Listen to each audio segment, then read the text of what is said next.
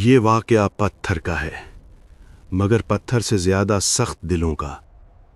یہ واقعہ ان لوگوں کا ہے جو اللہ کی نشانی کو اپنی آنکھوں سے دیکھ کر بھی جھٹلا گئے، اور پھر ایک ایسی چیخ آئی جس نے سب کچھ خاموش کر دیا۔ عرب کی زمین پر ہجر کا علاقہ، پہاڑوں کو کاٹ کر گھر بنانے والی ایک قوم۔ اس قوم کا نام تھا سمود۔ یہ لوگ قوت پر ناز کرتے تھے، اپنی طاقت کو ہمیشہ رہنے والی سمجھتے تھے، اللہ کو بھول چکے تھے۔ بت پرستی عام تھی، گناہ کو فن سمجھا جاتا تھا۔ اسی قوم میں اللہ نے ایک نبی بھیجا، انہی میں سے ان کا نام تھا صالح علیہ السلام۔ سمود کے لوگ کہتے تھے، ہم سے زیادہ طاقتور کون ہے؟ ان کے گھر پہاڑوں کے اندر تھے، مضبوط، بلند۔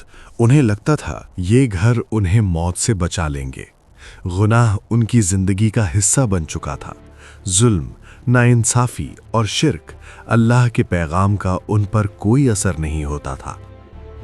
حضرت صالح علیہ السلام نے کہا، اے میری قوم، صرف اللہ کی عبادت کرو، اس کے سوا کوئی معبود نہیں۔ ان کی آواز میں نرمی تھی، الفاظ میں سچائی تھی، مگر قوم نے مذاق اڑایا۔ انہوں نے کہا، تم ہم پر جادو کر رہے ہو، ہم تمہاری بات نہیں سنیں گے۔ اگر تم سچے ہو تو وہ معجزہ دکھاؤ۔ اللہ کے حکم سے ایک عجیب نشانی ظاہر ہوئی۔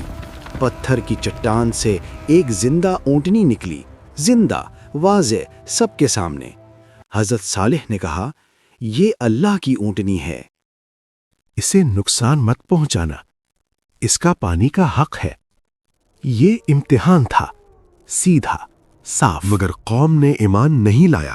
انہوں نے مشورہ کیا، گناہ کو فیصلہ بنا لیا۔ انہوں نے اللہ کی اونٹنی کو قتل کر دیا۔ یہ صرف ایک جان کا قتل نہیں تھا، یہ اللہ کے حکم سے بغاوت تھی۔ حضرت صالح علیہ السلام نے کہا، اب تم اپنے گھروں میں صرف 3 دن اور رہ سکتے ہو۔ انہوں نے اسے بھی جھٹلا دیا۔ پھر تیسرا دن پورا ہوا، زمین ہلنے لگی، آسمان سے ایک خوفناک چیخ آئی۔ ایک ہی لمحے میں جو پتھر کے گھر تھے قبروں میں بدل گئے۔ سمود کی قوم اپنی ہی بستی میں مردہ گر پڑی۔ حضرت صالح علیہ السلام اور کچھ مومن پہلے ہی نکل چکے تھے۔ یہ کہانی صرف سمود کی نہیں، یہ ہر اس قوم کے لیے ہے جو قوت پر غرور کرے اور اللہ کے حکم کو ہلکی چیز سمجھے۔ اللہ کی نشانی جب آ جائے تو مذاق نہیں ہوتا، پھر صرف فیصلہ ہوتا ہے۔